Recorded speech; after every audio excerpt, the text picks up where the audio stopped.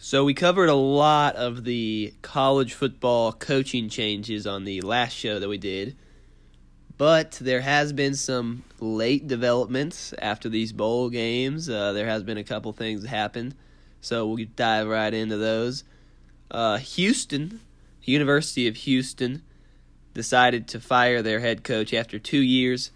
Major Applewhite, one of my favorite names in all of football. He took over as the interim coach after Herman left for Texas in 2016, lost that bowl game, went 7-5, lost that bowl game, and then 8-5, lost the bowl game this year. So obviously that wasn't good enough. The athletic director, he came out at the beginning of the year and said, "Hey, look, we're expecting 11 wins here at Houston, and coaches will get fired if they don't win 11 games." So he stuck true to his word, and he went out and he got Dana Holgorsen from West Virginia. So this is definitely an upgrade. So nice job by him, I would say. Holgorsen is leaving West Virginia. Some may say this is a step down due to the fact that West Virginia was competing for national title this year. If they would have, they were a couple plays away from being in the Big 12 championship, and if they would have won that, they would have been in Oklahoma's spot. So Holgorsen was right there, and now he's going down to a place where if you follow the Central Florida formula, if you go 12-0 at Houston, you won't even get a shot to win the title with 4 teams in the playoff.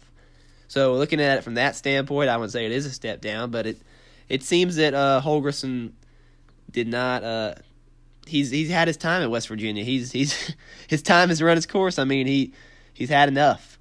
The fans don't seem to appreciate him a lot. He started out in 2011 at 10-3, won the Orange Bowl, and he's so that really set the expectations high, I think. And there was only one really bad season, 4-8 in 2013. Everywhere else, it was 7-10 wins. This year they were 8-4, like I said, a couple of plays away from being in the Big 12 championship. So we'll see who West Virginia brings in. That's where this all comes in. It all comes down to who they get to replace him. Houston, this is a home run hire for sure. I think they'll be competing with Central Florida even more now. I think they should pass him with this. But we'll see. And then West Virginia, I'm thinking they're going to go after, I got 3 names for them.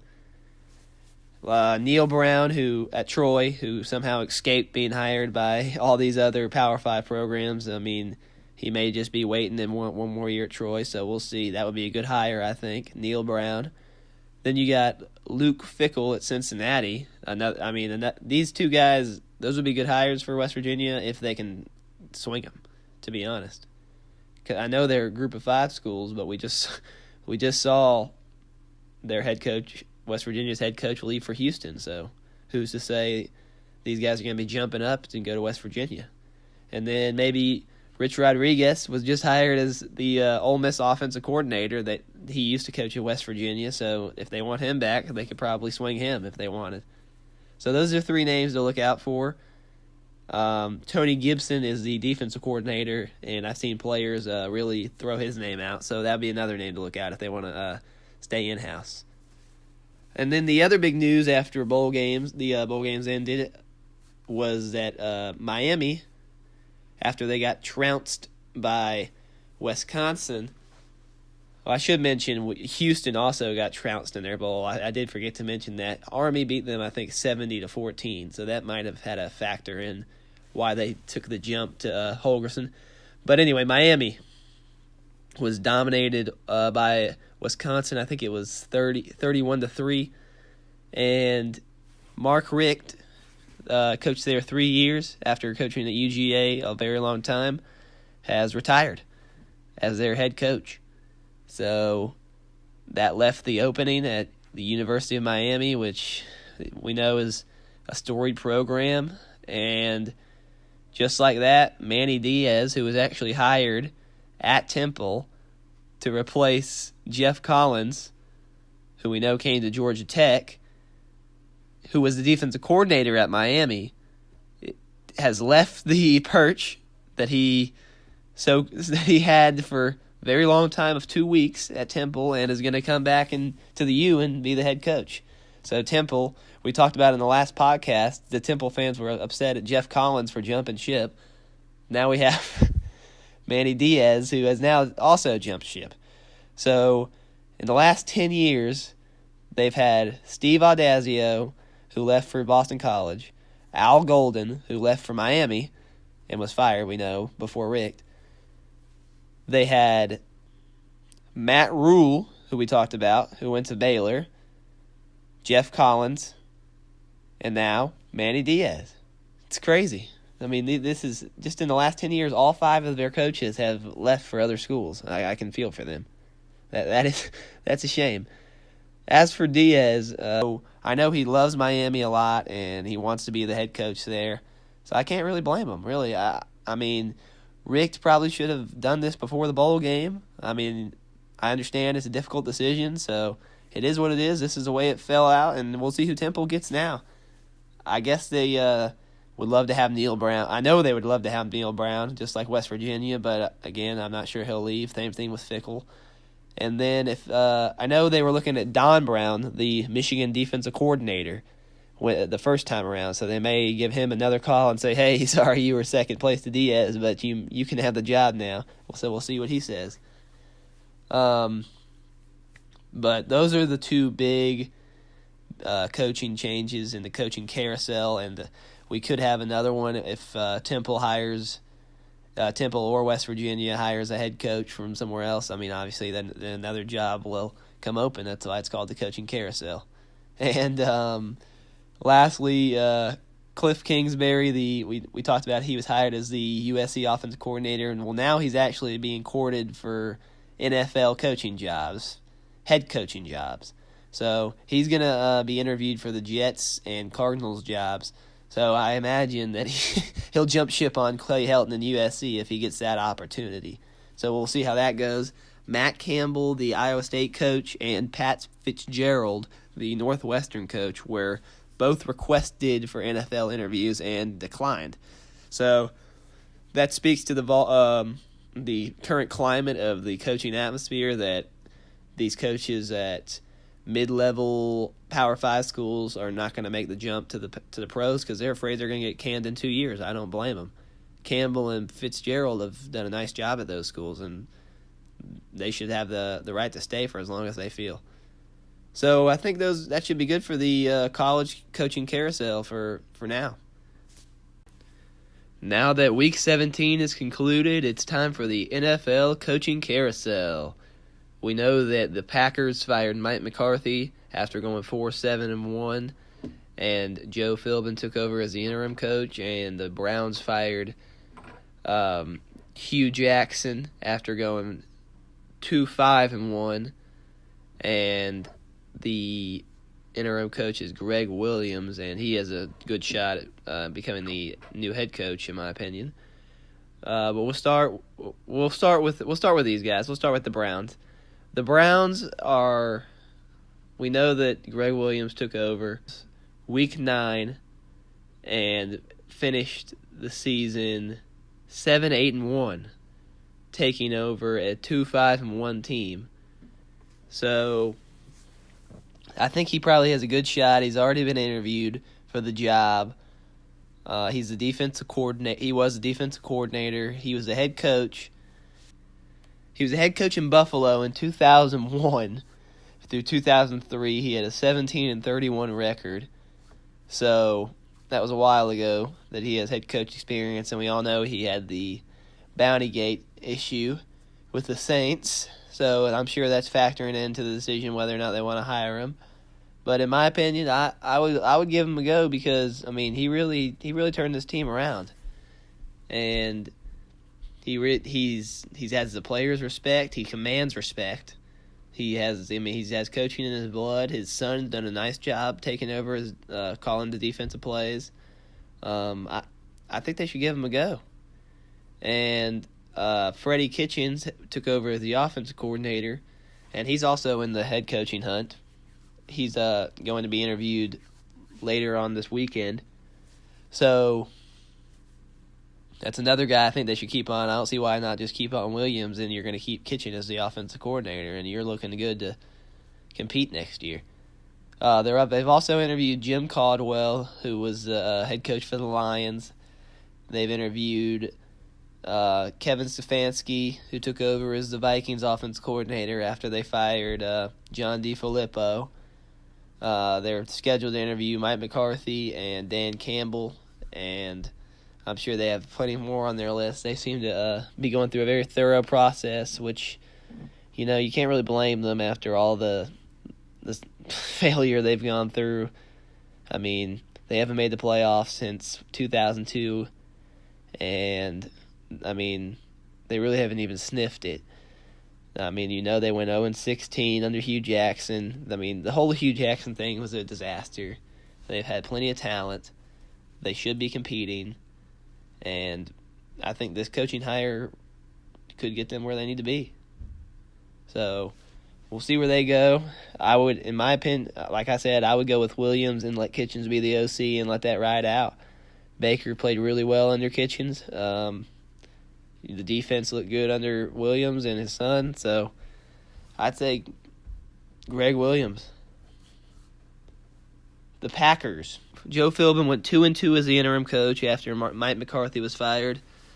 He also was the Miami Dolphins head coach from 2012 to 2015. In my opinion, I think he's better off as a coordinator. Just doesn't really have that head coach psyche, in my opinion. I would think they will try to keep him on, whoever they hire, but I don't think they'll go with him. They interviewed Jim Caldwell, Lions head coach, and they seem to really like him. He went, let's see here. He was 36-28 in 4 years with the Lions, made the playoffs twice. He also was a head coach of the Colts for 3 seasons, where he made the Super Bowl in his first year in 2009. So he's definitely seen success. I say pretty confidently he'll get a job out of one of these 8 jobs. Someone's going to hire him. He's a good coach. I don't really understand why the Lions fired him. He knows how to get the best out of his players. He's just has issues establishing a run game.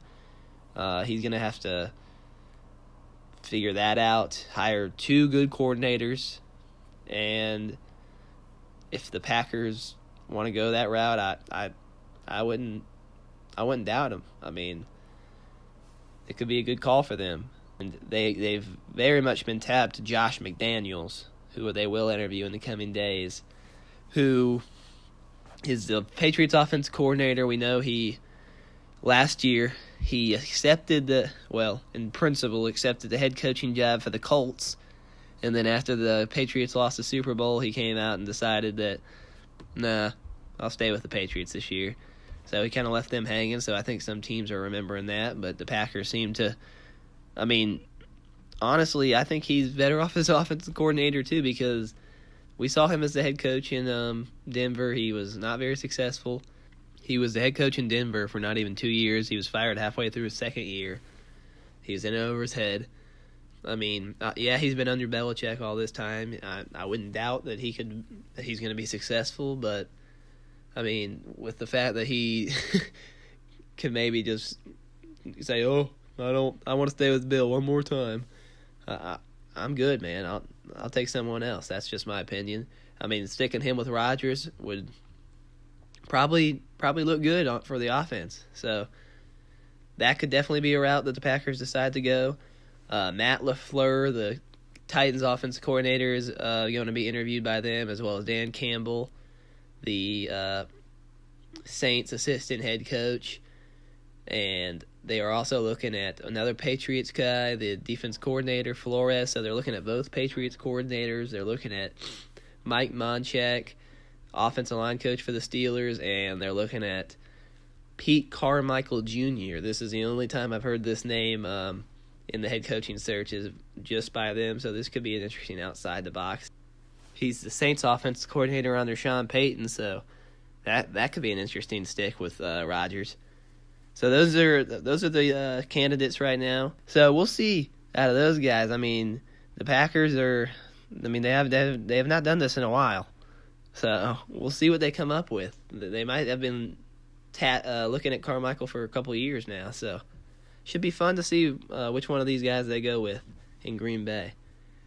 Okay, so the Tampa Bay Bucks are the first one that we'll talk about that just fired their head coach, which was Dirk Cutter. They fired him after the Week 17 loss to the Falcons. He was the head coach for 3 years, and he went 19-29, 5-11 this year, 9-7 his first year, and it was downhill from there. So, he's a good guy. I really like him. He was the Falcons' offensive coordinator for a while, and he may be again, but he's been around the game for a long time. He was a Boise State head coach back in 1998. He moved on to Arizona State and he coached there for 6 years. So, I mean, he's been around the game. I respect him. I think this firing was called for. I mean, 2 5-11 seasons after that, not for 9-7 first season. I mean, he had Jameis looking good that season, and then it kind of went downhill from there for multiple reasons. I don't think he had much help from the GM. I think that that might have had a big factor on the whole thing. That Jason Leitch probably should have been canned too, in my opinion. So, and now he's leading the coaching search. So we'll see where he goes. The only known interview right now is Eric Bieniemy, who is the Chiefs offensive coordinator. He's very well respected. He actually has the most interviews that I've seen. He has 4 interviews, and he was contacted for at least 6. He had to decline 2 because he's just. I mean, you only have so many days to do this kind of thing. I mean, you can't just talk to all these teams. But Bieniemy seems to be one of the leading candidates in Tampa Bay, as well as Chris Richard, who they really like is the Cowboys defensive coordinator, and or the passing game coordinator. He worked in Seattle under Pete Carroll for a while, so he won't be talking to any teams until after the game against Seattle with the Cowboys this weekend. So we'll see. I guess they'll wait to make a move until they talk to him. So those are the only 2 guys that are known to be candidates right now. There was a report that Brian Kelly, the Notre Dame head coach, was tabbed to this job. I don't know how much truth is to that. That would be a fun one if that's true. So we'll have to keep an eye on that. The second team that we'll talk about that fired their coach after the Week 17 games is the Broncos. They let go of Vance Joseph, who was only the head coach for 2 seasons. He finished 5-11 his first season and 6-10 this season. He had pretty much no quarterbacks the whole time he was there, the whole 24 months. And I think that would be the first thing to look at. His game management was abysmal, I will say. This team could have made the playoffs. There's no doubt about that. I mean, he had a good defense, Vance Joseph. And the offense just could never click. And then they trade away Demaryius Thomas, and then Emmanuel Sanders goes down, and then it makes it even harder for the quarterback they don't have. So, I mean, this is a tough one for Vance. He's actually linked to the Bengals job. I wouldn't be surprised if he gets it. If he gets another chance and does well, that would really show Denver. And if he gets another chance and fails, that would not surprise anyone, I don't think. I would have given him one more year, in my opinion, but John Elway is kind of no nonsense. He's of course leading the coaching search, so we know they've interviewed Chuck Pagano, who is the Colts head coach, and they seem to really like him. He was a Colts head coach for 6 years.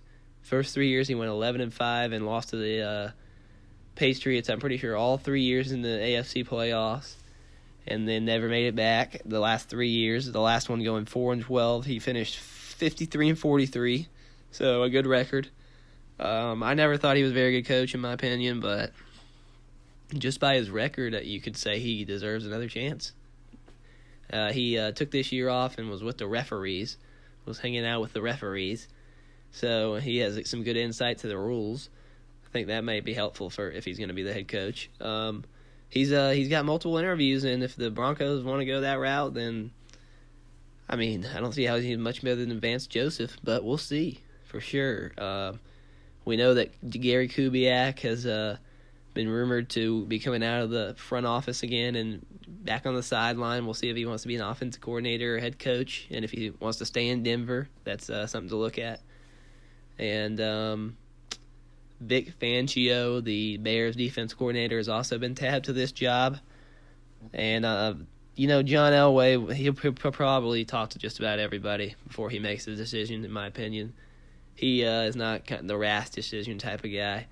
He's going to talk to every single person that he can, and talk to every single person that he knows about every single person that could possibly be a candidate, and probably come up with the worst possible candidate. So, good luck to Denver there, and we'll move on to Cincinnati, who we just sort of discussed. They finally have parted ways with Marvin Lewis after he coached the team for 16 years. In 2003, they were 8-8, and 3 years later, they were in their first playoff game in a very long time, and they lost. And then there was just more mediocrity from there. They made the playoffs seven times in his tenure, and lost every single time. Never got that playoff win.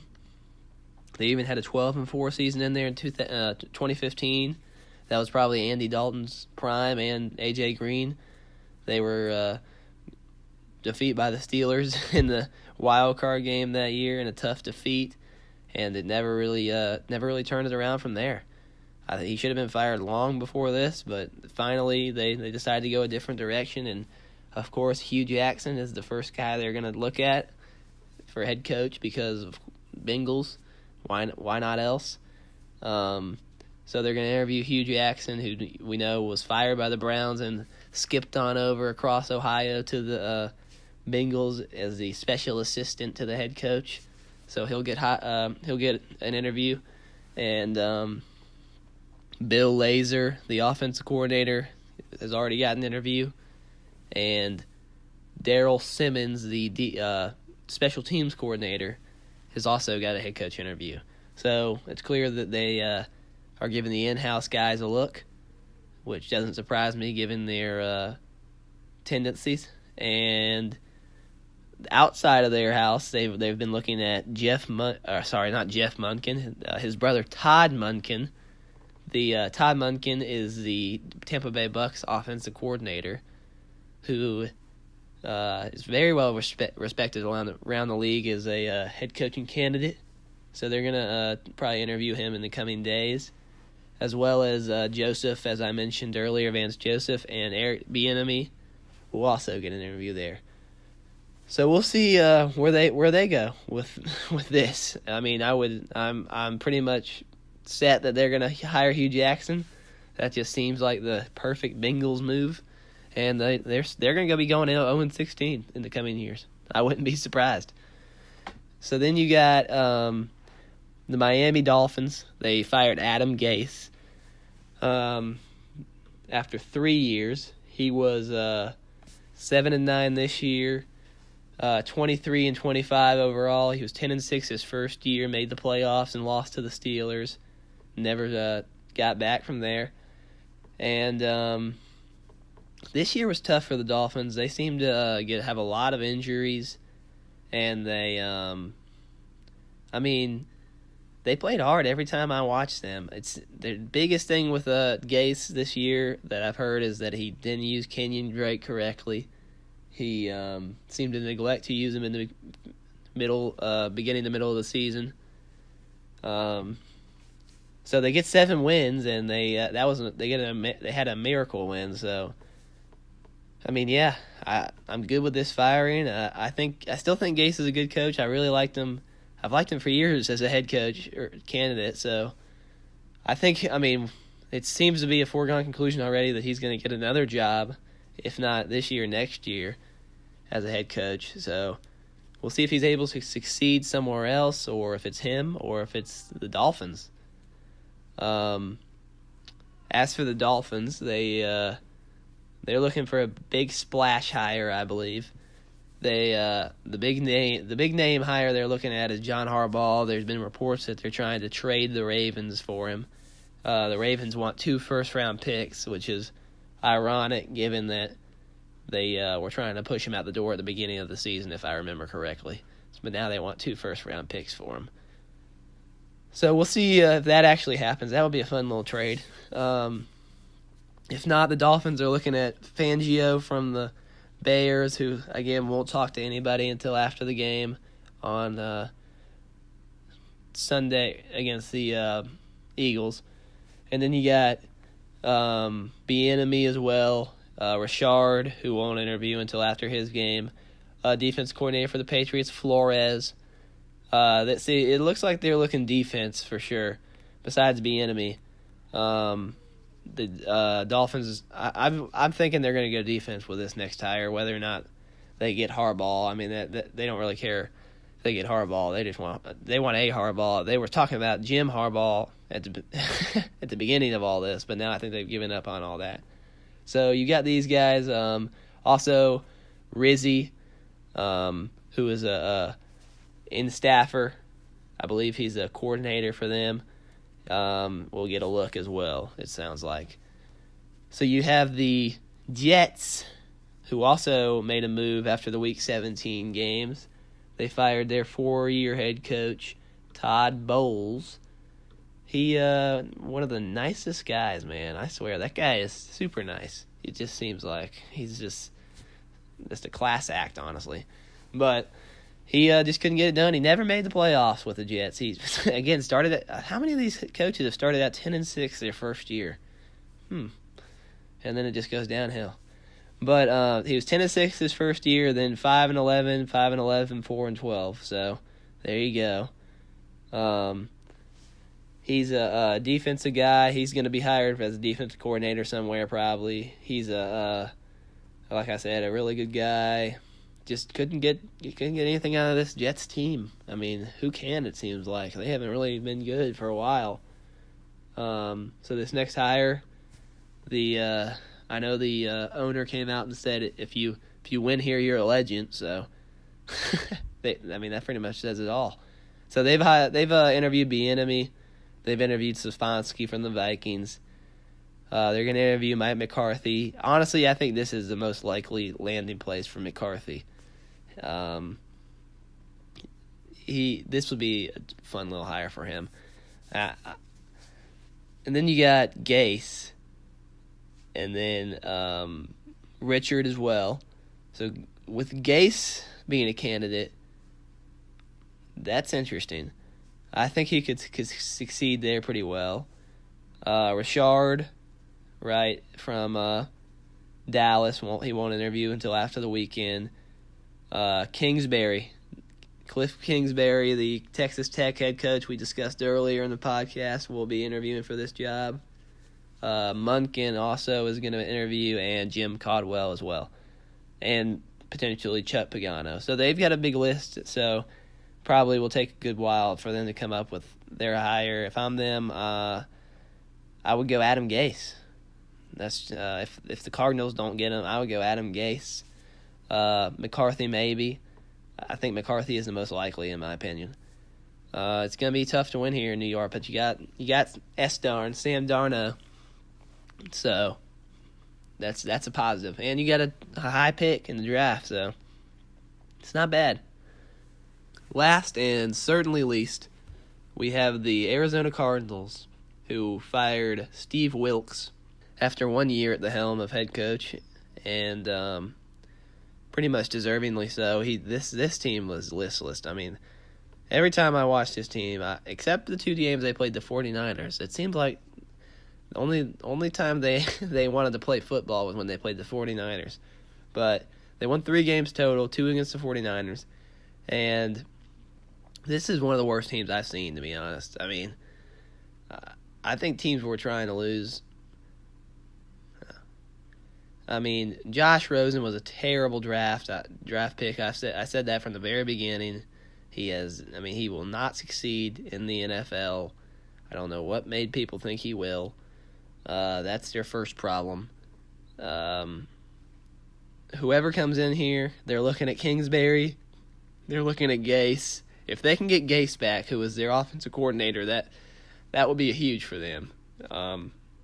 If not, Kingsbury would be fun. I mean, you're gonna have to give these guys time here, though. I mean, that's the thing. I mean, how do you hire a guy and then fire him after 1 year, and the GM who hired him doesn't get fired? That doesn't make any sense. And then you got Dan Campbell, who is also a candidate. I like Campbell as well. He's the assistant head coach for the Saints with Sean Payton. So those are the three guys linked to that job so far. McCarthy has turned down an interview with them, and so has Bieniemy. So I think this is the last place on the list for jobs. I would not want to coach here out of all these teams. So we'll see who they're able to scrounge up. Kingsbury seems to be the most likely, if not Gase. All right. I think that concludes what we have so far. We talked about all 8 NFL teams who are looking for a head coach. Those are the candidates for those jobs. We'll definitely have another podcast after these guys have been hired and decisions have been made and positions are filled, and we'll talk about that in full detail. But I figure we'll let you know what's going on at the time and give you a heads up. We got a couple Falcons fans here, so we'll dive into the recent news from Flowery Branch. The Falcons are letting go of all their coordinators, and Arthur Blank let go of his wife. So no one is safe. What did you just say? You heard him correctly. Let go of his wife? Is he going through a divorce? Yes, he's divorced his wife as recently as yesterday. Oh no, Arthur. No, he's good looking enough to land another dime piece. Offensive coordinator Steve Sarkisian was fired. Thankfully, I think we all. Hallelujah. All right, so there are 3 potential candidates, I believe, for the offensive coordinator job. You have Darrell Bevel, Dirk Cutter, and of course, Gary Kubiak. So those are your 3 main choices that have been reported to be talking to the Falcons. What do y'all have to say about any of those? You know, I would like Kubiak or Cutter for sure, but I feel like there's just a plethora of choices out there right now at this moment, and I think our offense, we have the weapons. So regardless of who we pick, if they're not getting us to the playoffs on their first season, they're doing the wrong job. And I think there's a little head coach that just retired in college football down in Miami named Mark Richt. Mark Richt, he's done a good bit in what he's done at Georgia and Miami. I mean, he's on the downhill of his career, but maybe an NFL type of adjustment is what he needs. I don't think you can go wrong hiring Dirk Cutter as our OC, but like I said, it's anyone's guess, and I wouldn't mind us trying to talk Mark Richt into coming to Atlanta and coaching our offense. Does Mark Richt come from an offensive background? He has. Oh, okay, yes. He called all offensive plays in Miami the last 3 years. Yeah, that was one of his biggest issues. Is coaching, is calling the plays? The fans were livid that he would not give up the play calling duty. That's actually one of the things that drove him out of there, I think. I had no idea. And his son was the quarterback coach, and he wouldn't fire him either. And fans pointed to that too, because their quarterbacks were just so terrible. Like I said, I think he's a good coach, and adjustment is what he may need. And I think the Falcons adjustment is what we may need. I think we can take a chance on now because we've had some good, great, coaches come into the Atlanta Falcon program and not done the best job with the talent that we have at hand. And so, I mean, seriously, how hard is it to make the playoffs with Matt Ryan, Julio Jones, Devontae Freeman, No Devontae. Devontae Freeman's never on the field, so that part's hard. Yeah, well, okay, fair enough. Tevin Coleman, go the Eagles. I mean, just look at the names on the Free roster. agent next year, Tevin Coleman. Eagles should sign him. Let me get my input about the Falcons offensive coordinator, and I have to start here. XOC. If we sign, no, I'm talking about the future. If we sign Darrell Bevel, if we hire him, I don't know what I'll do. I might be on suicide watch because we're talking Super Bowl 49. Do you remember, Cole? Do you remember what happened in Super Bowl 49? Oh, how could I forget? Oh yeah. For who may not know what I'm referring to, this was the Super Bowl between the Patriots and the Seahawks, in which the Seahawks had the ball inside the Patriots 5-yard line, down. I believe they were down 4 points, so they needed a touchdown to score. And they had a guy, you may have heard of him, his name's Marshawn Lynch.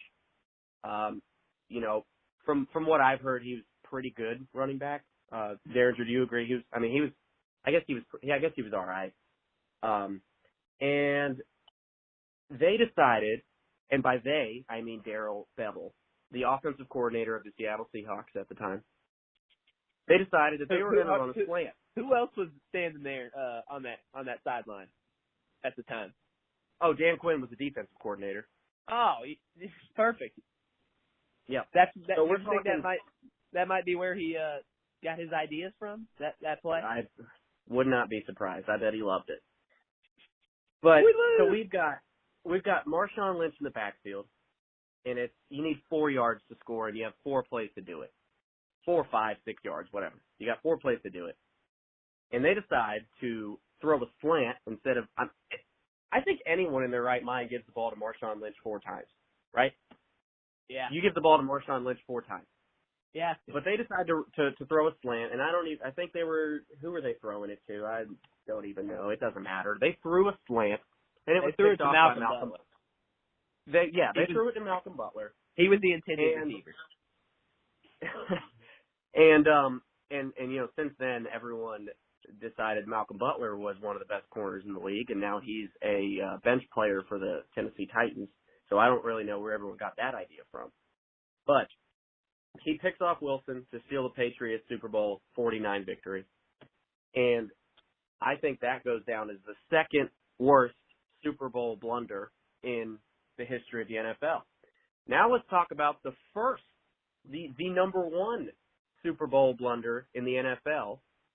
And another story you guys may not have heard about, but it's called 28-3, and that's Super Bowl 51, where the Atlanta Falcons had a 28-3 lead on the once again New England Patriots. They kind of seem to find their way into every Super Bowl. And then to find their way. Come on now, give them credit. It's a little bit of sarcasm there, but so the Falcons are up 28-3, and head coach Dan Quinn, along with some pretty bad play calling from Kyle Shanahan in that game, but he got us there, so you can't be too mad about him. And I know people will disagree with me, but anyways, 28-3, and we end up losing in overtime 34-28. So if we hire Darrell Bevel, we're going to have the 2 guys who were at fault, or at least at big, if not 100% of the fault, at least 90% of the fault, for the 2 biggest Super Bowl blunders in NFL history that cost their team the win in a position where they should have won it. And if we have those 2 guys in Atlanta, like I said, you got to put me on suicide watch because it's going to be a complete disaster. So that being said, I want Dirk Cutter. I want Dirk Cutter as our offensive coordinator.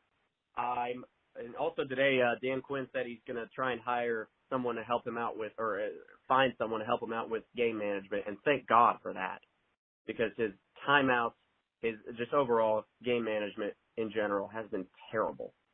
And another note, I'm kind of glad that he's going to be calling defensive plays because I'm not a huge fan of him.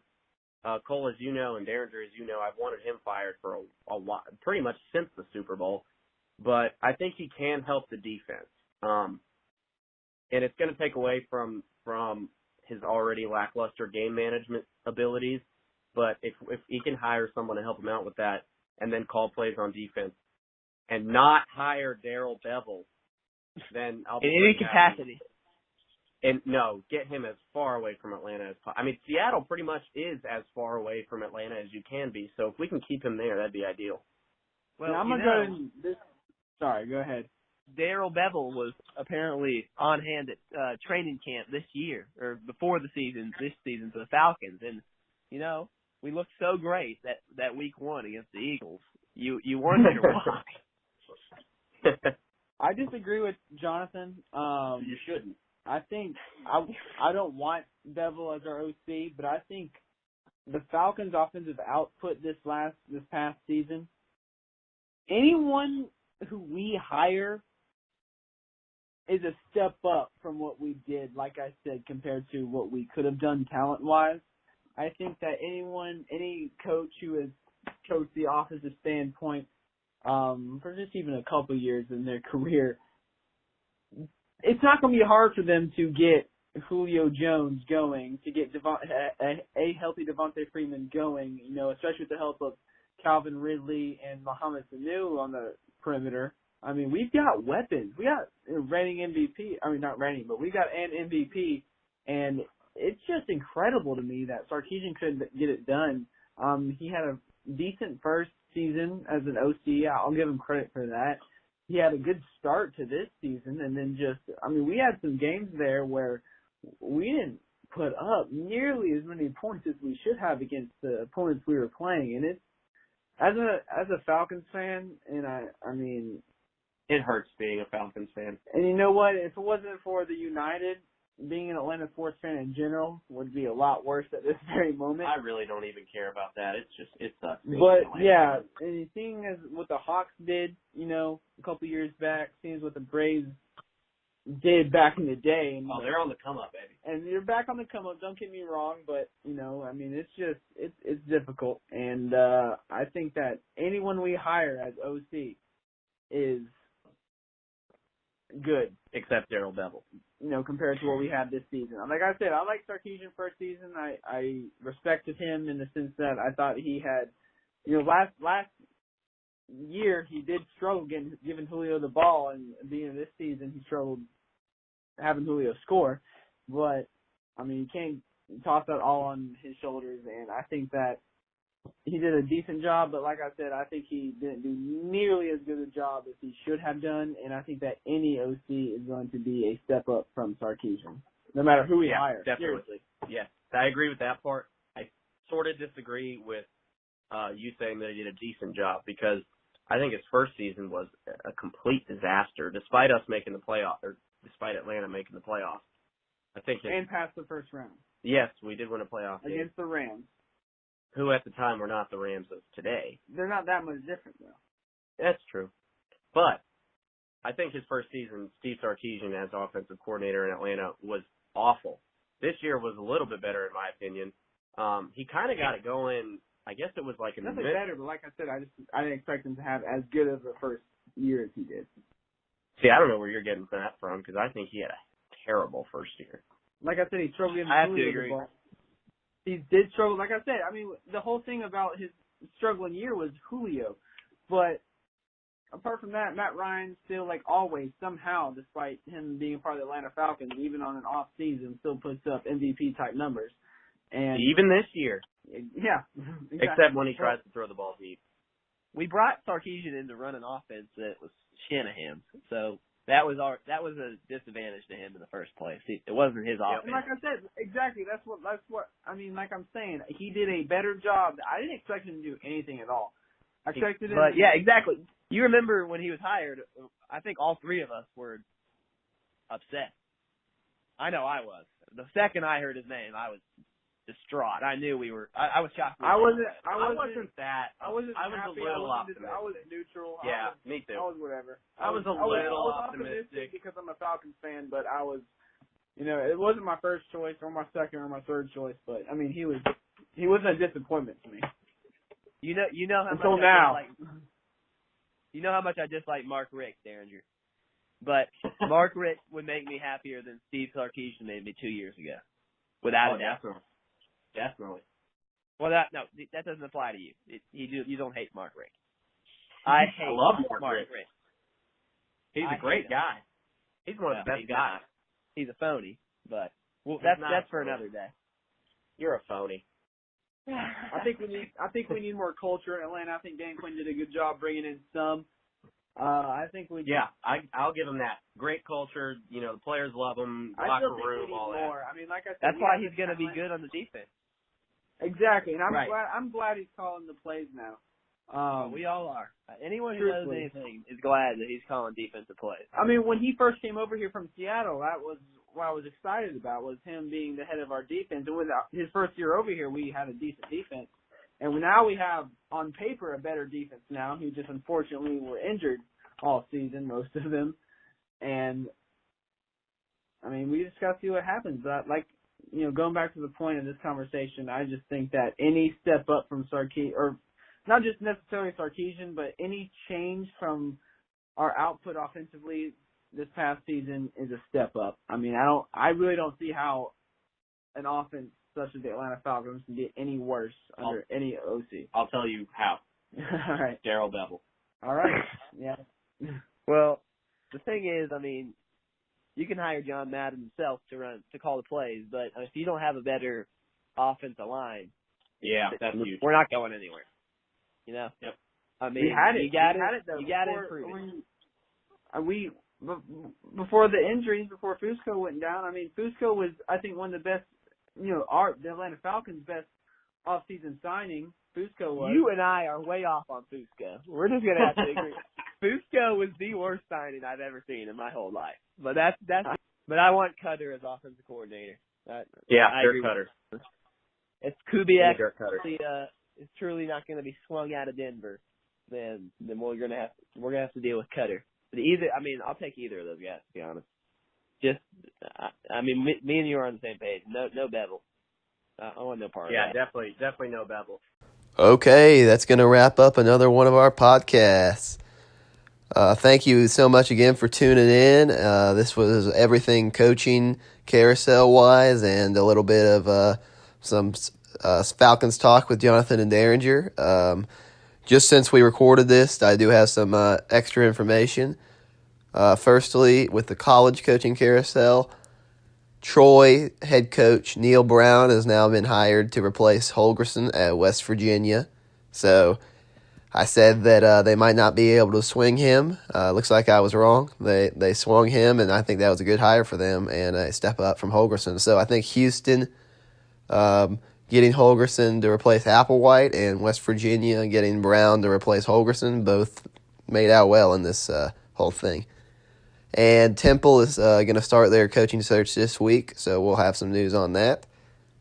And the NFL, I forgot to mention Bruce Arians. He is looking to come out of the broadcast booth, and he's rumored to be in contact with the Bucks and Browns. So we'll see if he gets back on the sidelines. And lastly, Gary Kubiak has been blocked by the Broncos. No other teams are able to interview him for offensive coordinator positions, which includes the Falcons. Looks like more and more it could be Dirk Cutter being the Falcons' offensive coordinator. But we'll keep you updated. So thanks again for tuning in. Take care.